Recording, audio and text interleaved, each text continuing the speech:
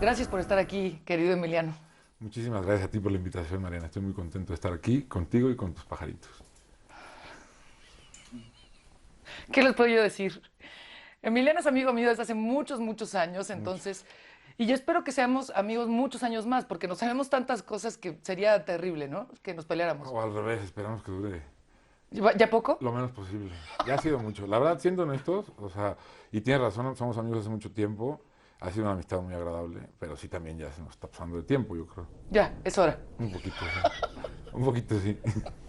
No, lo peor es que voy a tener que hablar bien de él, porque es uno de los escritores más importantes en este momento en nuestro país, pero así como nos conocemos desde hace mucho tiempo, también nunca te he preguntado por qué naciste en Sinaloa y por qué empezó tu pasión por la lectura. Bueno, me vas a molestar porque ¿por qué naciste en Sinaloa? No es tu culpa, ¿no? Y además no nací en Sinaloa. ¿Dónde naciste, idiota? La familia de mi papá es de Sinaloa. Pasé mucho tiempo en Sinaloa, pero no nací en Sinaloa. Nací, Creciste ahí. Pasé por temporadas, sobre todo pasábamos mucho de niños los veranos en un lugar que se llamaba El Vainillo. Y después, por épocas como cuando he podido, pero nunca ha sido una cosa de estancias muy prolongadas. Ok.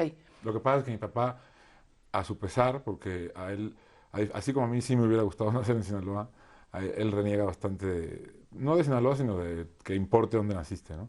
Ya. Pero a mí sí. Y eso lo vamos a retomar más adelante, pero ¿en qué momento dijiste, bueno, yo quiero escribir? Pues es raro. Uno cree que de niño sabe lo que va a hacer y en realidad lo que sabe son 100 cosas que en un momento determinado te gustan, ¿no? Ujú. Y en algún momento entre todas esas cosas seguramente está escribir, pero no creo que tenga nada que ver con lo que pasó después, que fue que estudié ciencia política, que como dice un amigo es una carrera que es perfecta para hacer lo que sea después de estudiarla, ¿no? Entonces yo tengo 5 amigos con los que estudié ciencia política, ninguno se dedica a la ciencia política. Y a mí me dejó como la impronta de la filosofía política, que fue muy importante, pero pasé muy pronto de estar escribiendo textos de no ficción, de periodismo, a buscar en la ficción como una respuesta, ¿no? Y yo creo que también es porque fui muy lector. Fui lector desde muy chico, mucho tiempo.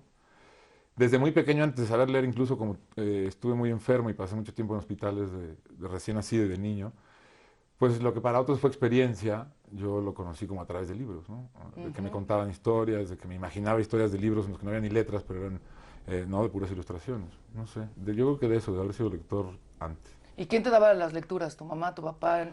Los dos, tengo un hermano que me lleva 10 años, que también fue muy cercano en esa época mucho.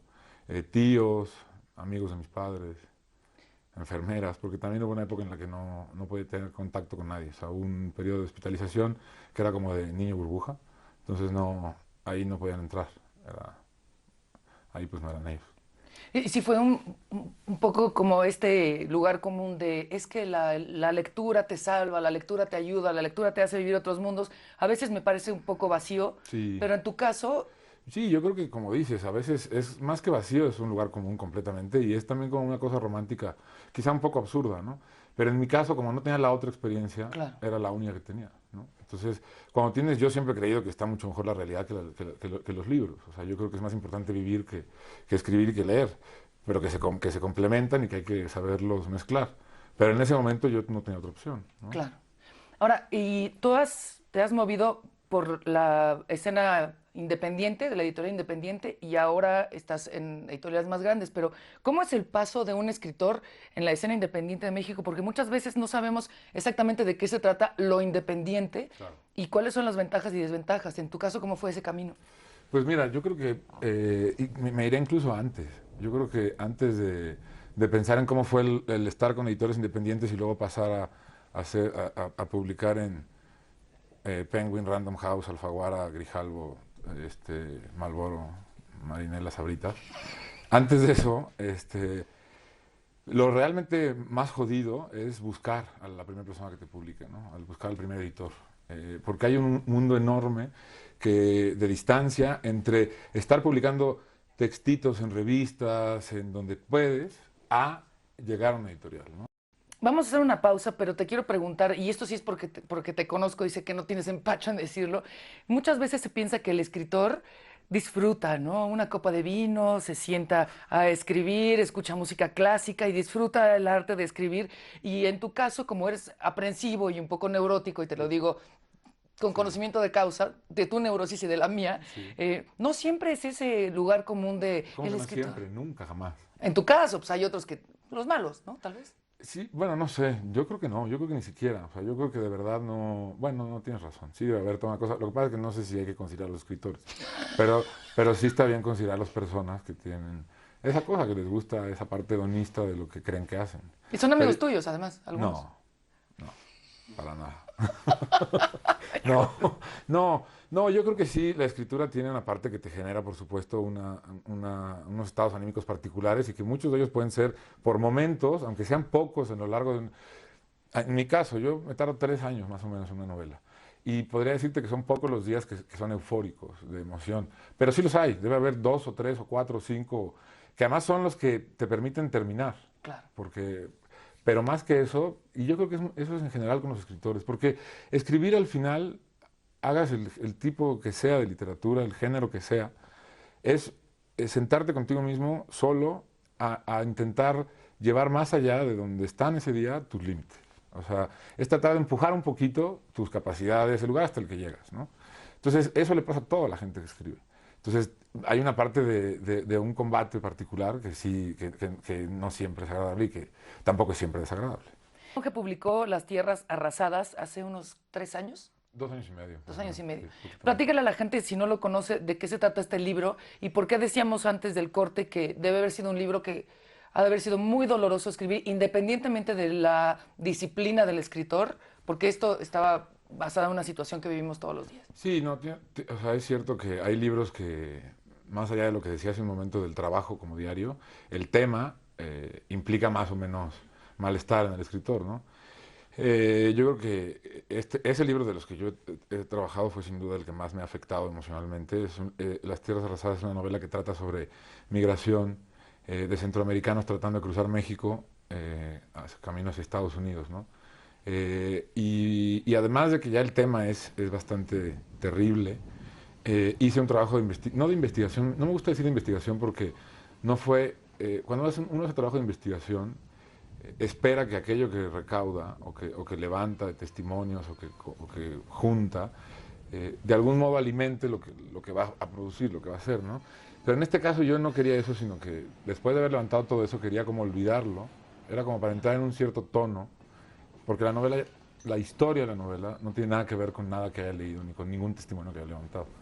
Pero Pero ¿de dónde sacaste esos testimonios de migrantes? muchos los levanté yo en testimonio directo en Chiapas y Tabasco, sobre todo en Chiapas, y la enorme mayoría la tomé, bueno, la conseguí a través de diferentes organismos internacionales, organismos nacionales, asociaciones civiles, diferentes organizaciones que hacen trabajo con migrantes en la ruta de México, ¿no? Con migrantes centroamericanos, que ya no son solo centroamericanos. Cuando yo escribí este libro eran solamente centroamericanos, así de grave es el problema y así de rápido está cambiando. Claro. Ahora hay muchísimos migrantes africanos que tratan de... Que la migración africana que normalmente migraba una parte a la península, perdón, a los Emiratos petroleros, todo el cuerno de África migraba hacia allá, y el África del Magreb y la subsahariana migraban a Europa, ¿no?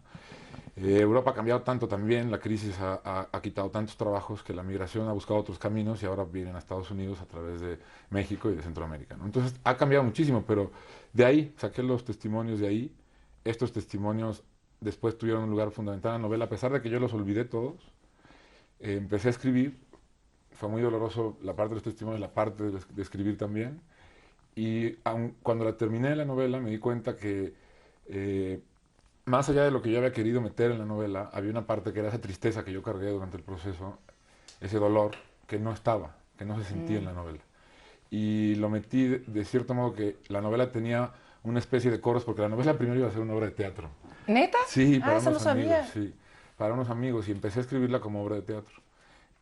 Pero en- cuando estaba metido en ella me di cuenta que, no, que yo no sabía hacer dramaturgia y que era un tema que me importaba tanto que no es que yo sepa hacer novela, pero por lo menos conocía las herramientas que creía que me podían hacer poner todo de mí en esa novela, que el teatro no me lo estaba permitiendo, ¿no?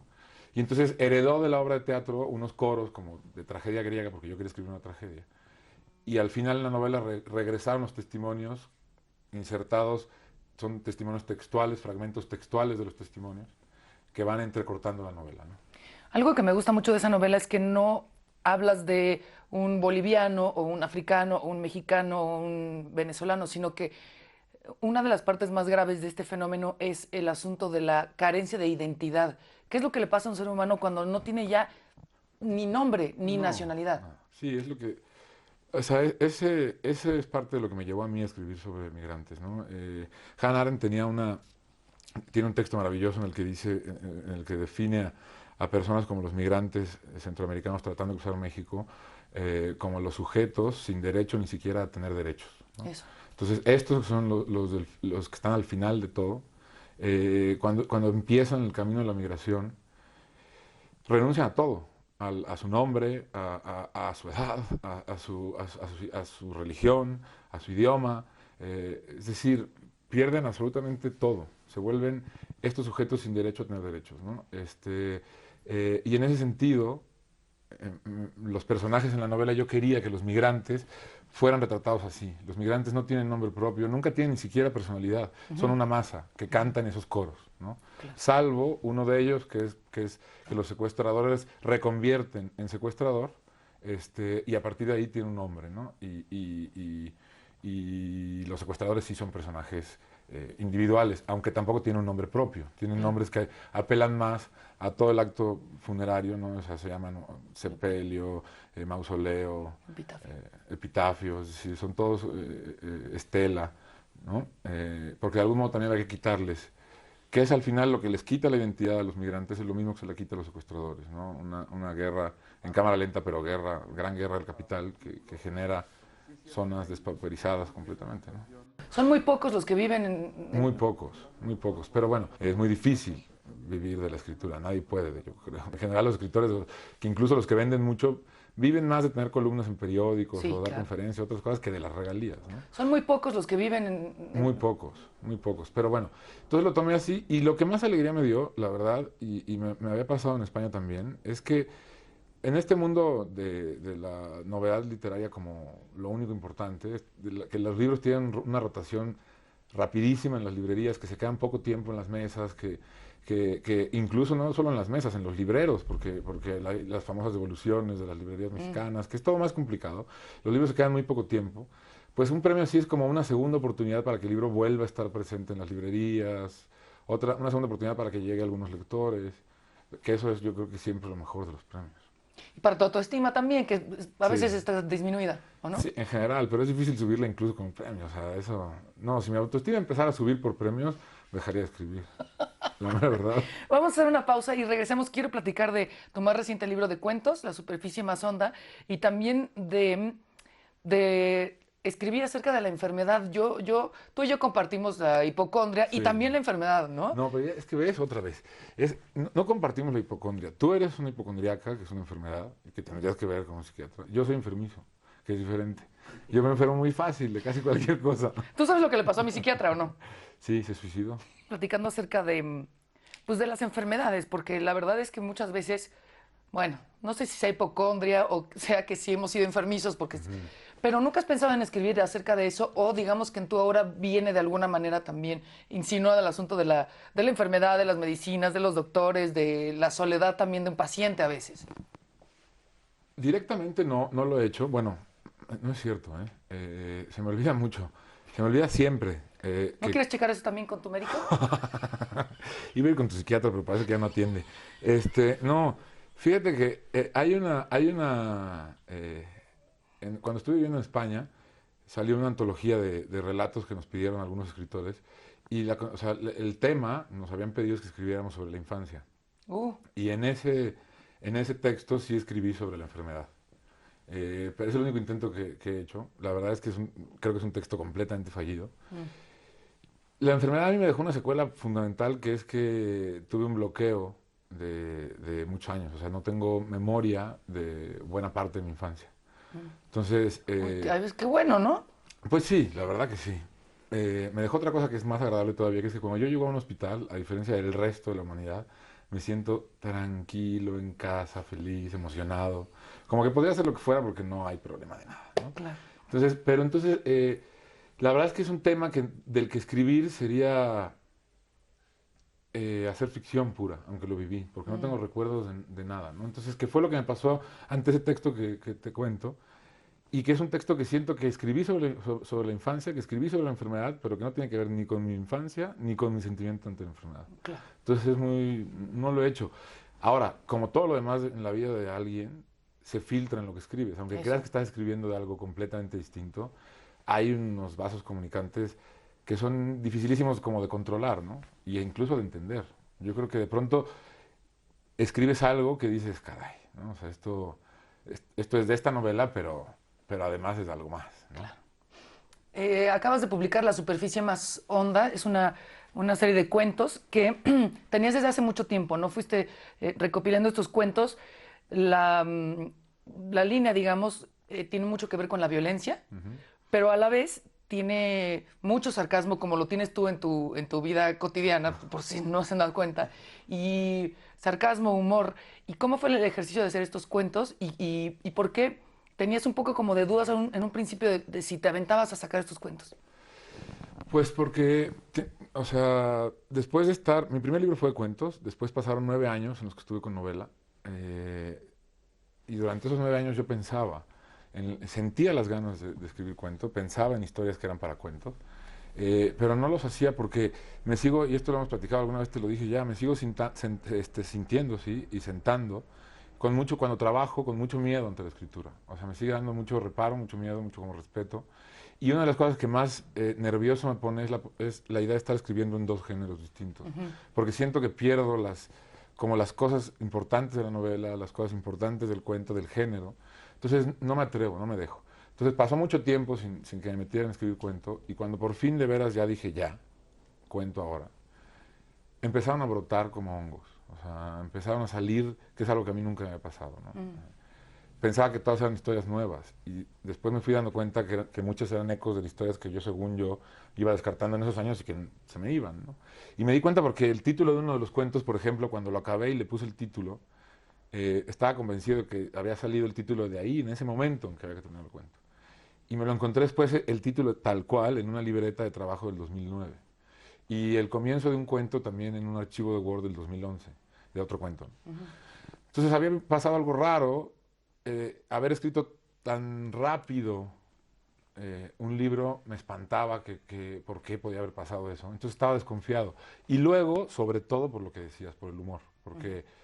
Porque a pesar de que tengo este humor como Muy, herramienta de defensa, muy monje. sí, como muy... Y te he metido en problemas también, tu sentido del humor y tus Sí, chistes y todo. Yo porque aguanto cualquier cosa, pero sí te has metido en problemas de pronto con tus comentarios como muy al chile, ¿no? sí, pero eso no sé si es necesariamente el humor, es la franqueza. En este país nos cuesta mucho que la gente sea franca, o sea, nos lastima que la gente sea franca, ¿no? Y al mismo tiempo decimos que no nos gusta que la gente sea hipócrita. Pues es decir, somos absolutamente esquizofrénicos. Pero bueno, el asunto es que el humor nunca me he atrevido a trabajarlo escrito tampoco, ¿no? Mm. Y lo metí en estos cuentos. Un humor muy particular, yo me puse como censor del libro, censor del humor del libro, que tenía que ser un humor que viniera de lo grotesco y que por lo tanto fuera un humor de ese humor que cuando te ríes, dices, híjole, ¿por qué me estoy riendo de esto? ¿No? Si no pasaba eso, no era humor que funcionara en este libro, ¿no? Ujú. Y funciona, la verdad es que... Eso no estoy tan seguro, pero bueno, si a ti te funciona, me parece muy bien. Yo que soy una lectora, No, tú eres una gran lectora y yo ya lo sabes, o sea, somos amigos hace mucho tiempo porque nos queremos mucho, tenemos mucho aprecio, pero además porque te admiro mucho y me parece que eres una muy buena lectora. gracias. De nada. Voy a llorar. Creo que es lo Sí, único lindo no, que me has dicho en años.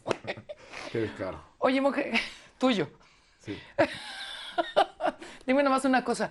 Si es que se puede. ¿En qué estás trabajando ahora? Pues estoy trabajando en una novela que no sé cuánto me voy a tardar, tampoco me apura ni me preocupa, que es muy diferente a lo anterior, así como los dos libros que salieron en Sexto Piso, que son Arrastradas a Sombra y Morirse de Memoria, siento que conforman parte de un universo que después cambió para El cielo árido, Las tierras arrasadas y La superficie más honda, Y ahora siento que estoy como por segunda vez mudándome un poco de universo. Y es una novela que tiene que ver con mi bisabuelo, no, mi tatarabuelo, salió de Irlanda, uno de mis tatarabuelos, eh, escapándose, convencido de que quería llegar. Él, la historia dice que quería llegar a California. No creo, no sé si no sabía cómo era California o qué, pero se bajó en Mazatlán y ahí se quedó.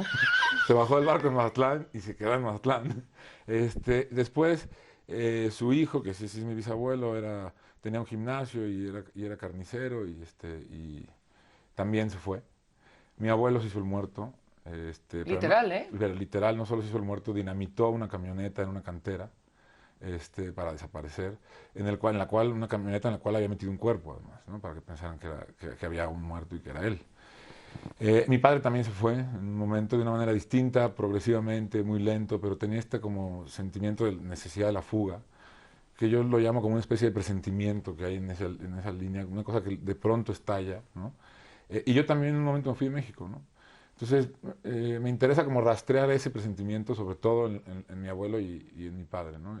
Y en mí también un poco, pero no quiero que parezca que es autoficción, porque además hay un narrador en tercera persona que habla de mí desde la distancia, no soy yo escribiéndola. Y luego además creo que se discute mucho si la autoficción vale o no la pena. Toda la vida ha valido la pena la autobiografía, ¿no? Lo que pasa es que ahora da vergüenza decir que uno se puede escribir tan joven de sí mismo y inventar esta tontería de la autoficción. Luego dicen que es porque hay que mezclar, que en la autoficción se mezcla la ficción y la no ficción. Pues sí, pero también en un término que sí es filosófico y que se llama paraficción. Entonces no sé por qué tengan que utilizar autoficción, ¿no? Pero para un escritor, ¿qué tal es escribir acerca de eso cuando muchas de las personas las cuales hablas, lo van a leer?